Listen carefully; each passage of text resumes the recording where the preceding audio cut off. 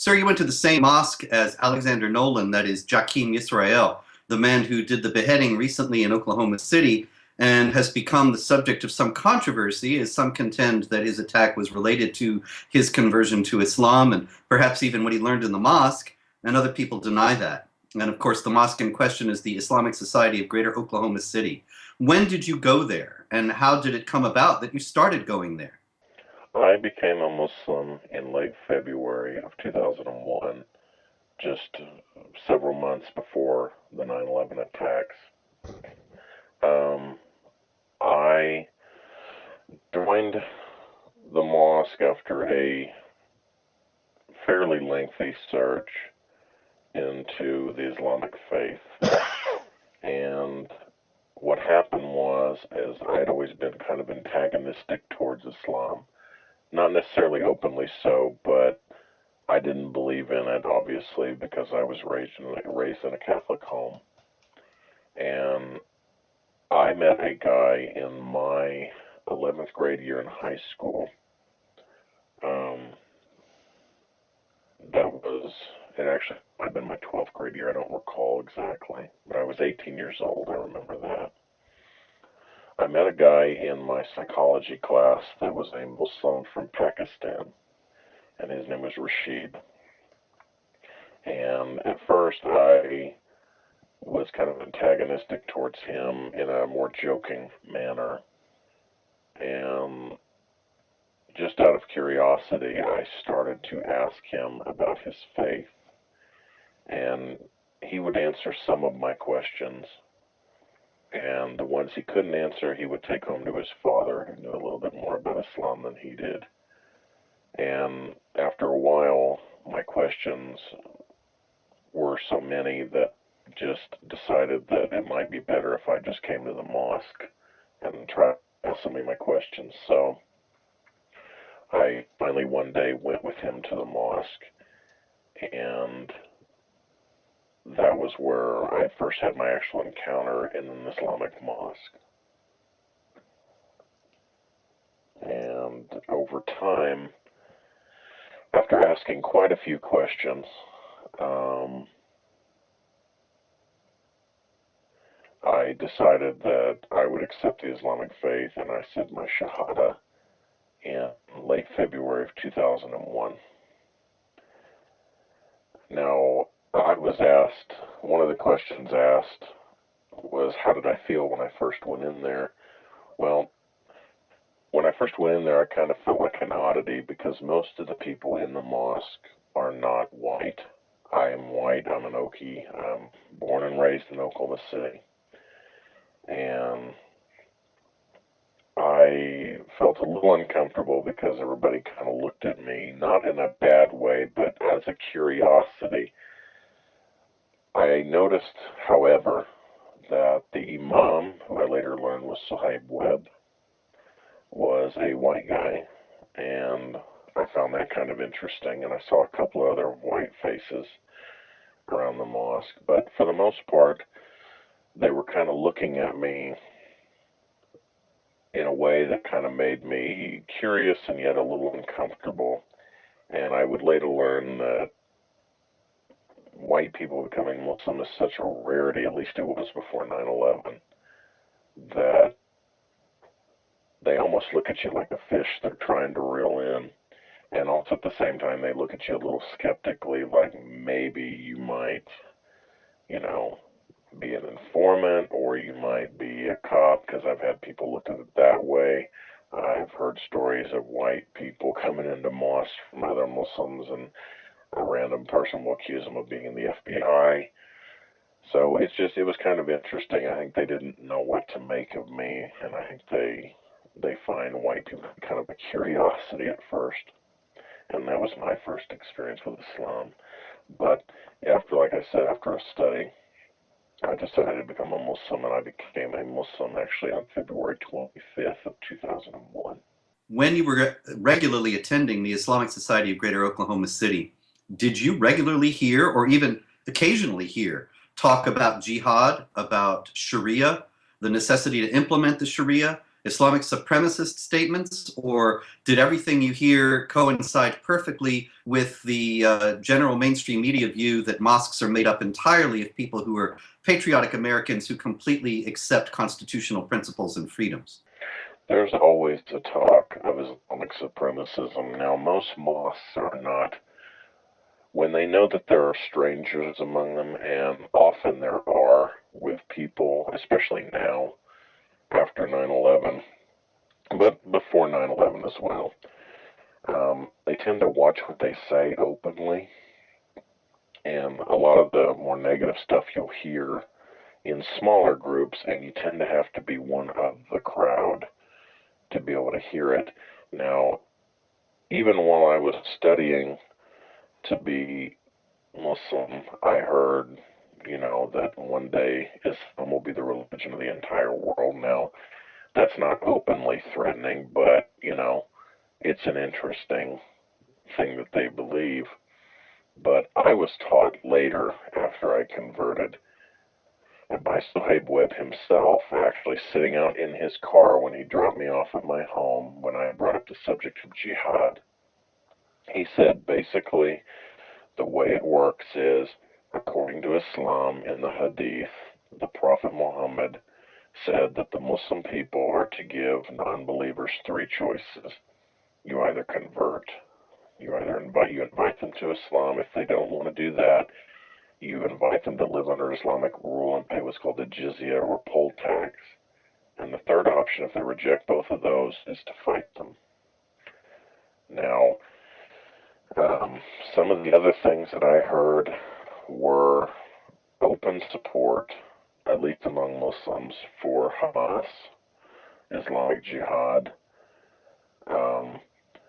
any of those anti-Israel groups, Islamic groups, and they supported suicide bombing. They would never tell the media this. I was specifically told at one point, don't bring that up with the media because they will not understand. They said that the reason that it's okay is because that's the only weapon, according to them, that the Palestinians have. Now, they wouldn't share that with the media, but they shared it with us when they knew that there were no strangers around. Other things that I experienced is that I was sitting with some Muslims that I was close to. One was Yahya Graf, who's now an imam, by the way. The other is a man named Jihad Rashad, both white converts. And they both explicitly told me that if Osama bin Laden were to come to their door and ask for help, they would help him because he's our Muslim brother. That was kind of concerning to me.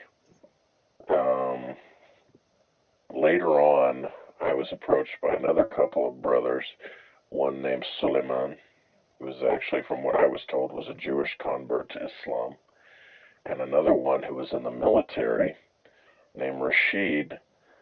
I don't know if he was in the military at the time I met him, but he had been. They invited me to go shoot guns up north of Oklahoma City. Now, I'm an Okie, as I said. I was raised with guns, and so I had no issue with this. When we got up there, we laid out some targets, and Suleiman, the Jewish convert, mentioned to me that we were going to call this target George W. Bush, we were going to call this target Ariel Sharon, and I don't remember who else he named them. And I later had a conversation with Suleiman about what was going on in Iraq, some of the beheadings. And he mentioned to me that this was acceptable because these people were crusaders and they did not belong in Islamic lands, and the people of Iraq were free to do with these people as they chose. And Suleiman, I always remember him because he wore a BDU jacket at the time, much like the one Osama bin Laden's been pictured to wear, with the Shahada written on one of the breast pockets. And it was things like this that concerned me, Because, like I said, they're not going to say much about this in front of the media. They're just not. They're not going to say it among strangers. You have to be among friends to be able to hear this kind of stuff. But they teach that Islam will one day conquer the world, and that Jesus will come back and will break the cross and kill the pig, and the entire world will be Islamic. So they believe in jihad, whether they say they do or not. And if you're there long enough, you're going to hear it. In the wake of the beheading, a lot of the mosque leaders have been saying that Jah'Keem Yisrael was a bad Muslim. He put the Quran on the floor and so on. He was a little bit odd. And above all, that he is far away from Islam. Do you think that their teaching has changed in the Islamic Society of Greater Oklahoma City since you went there? How would you respond to the contention that what Jah'Keem Yisrael did in the beheadings, that is the beheading of the one lady and the attempted beheading of a second, has nothing to do with what he learned at the mosque? I would say you need to understand Islamic teaching, and you also need to understand the concept that these people are not going to tell you exactly what they believe, especially in European countries that have more liberal um, systems of government than an Islamic country would. Um, they're going to try to stay under the radar when it comes to being in front of the media. They're not going to draw unwanted attention unless they're actually trying to do something. But even then, they're not going to openly invite the FBI or the authorities, to have a reason to come in and bust them. They're trying to build up the Muslim population, but they do teach, according to Islam, that Islam will rule the world, if by necessary, it will be through force. If you know Islamic history, as I've learned, and if you know what the Hadith says, the surahs like chapter 9, verse 29 say when it comes to the people of the book, Jews and Christians, and I'm not just saying them, it's polytheists are included, it teaches that you either convert, you live under Islamic rule and pay the jizya tax and feel yourself subdued, meaning you live as a second-class citizen in a lowly state, or you get fought against. So they can deny it all they want, they can present themselves as good citizens, but ultimately they're loyal to their faith, and their faith teaches global domination. When did you stop going to the mosque and why? I left the Islamic Society of Greater Oklahoma City and the Islamic faith itself in the spring of 2003, about 2 years later. But some of the people you knew are still there, is that correct? And some of them are actually, some of the people you knew as Muslims are now imams, is that right? Yes. When I left, I still kept track of some of the people I knew because we had been friends, not because I was still friends with them, just to see where they were. When I left, a few years later, I presented this information, some of it to authorities, and I can't say much more than that. I did try to pass it along because I was concerned, and I did go back a few times because a lot of people didn't know I left, and I tried to hear what else was going on, and nothing's changed. But yes, I am aware that Yahya Graf is an imam. If you look on the Islamic Society of Greater Oklahoma City's website, if you look at the sermon archives, it even lists him as an imam. The last I heard, he might be one in Houston, but I've also been told he still lives in Cairo, Egypt, because he and Suhaib both moved to Al-Azhar to study. Can you identify the two people in the picture on the couch? The two that are on the couch are Yahya Graf, who's an imam, and Jihad Rashad, who is a member of the Islamic Society of Greater Oklahoma City and has given a sermon at the mosque before. And the imam is the one on the left or on the right? It's the one with the actual hair. The bald one is Jihad Rashad.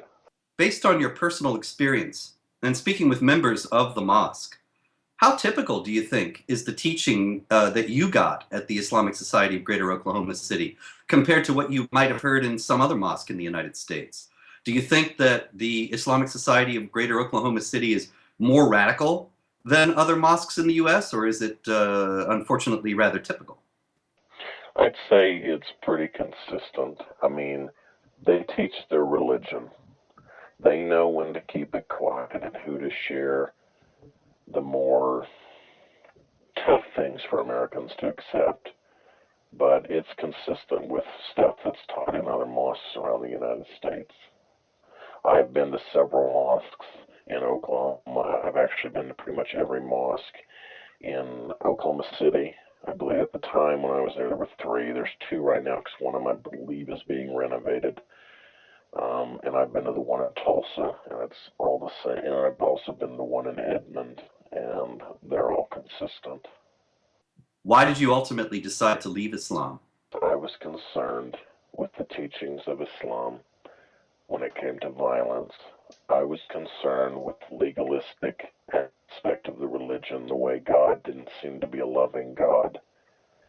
And I was more attracted to the Christian concept of a loving eternal Father. And I had been raised Catholic, as I mentioned, and I just found after a while that concept of God that didn't ask me to kill other people in His name a lot more appealing. So ultimately, one day I left, and I've been away now for 11 and a half years, I believe. Is there a threat to your personal safety because of your apostasy? The teaching of Islam says that the one that leaves his faith is to be killed. I'm concerned. I'm not concerned so much for myself. The only reason I ask to be obscure is for the safety of my loved ones. But I know that certain people will not act because they would draw a lot of attention. But there are those that do not care. And that I am concerned about that, but not so much for myself.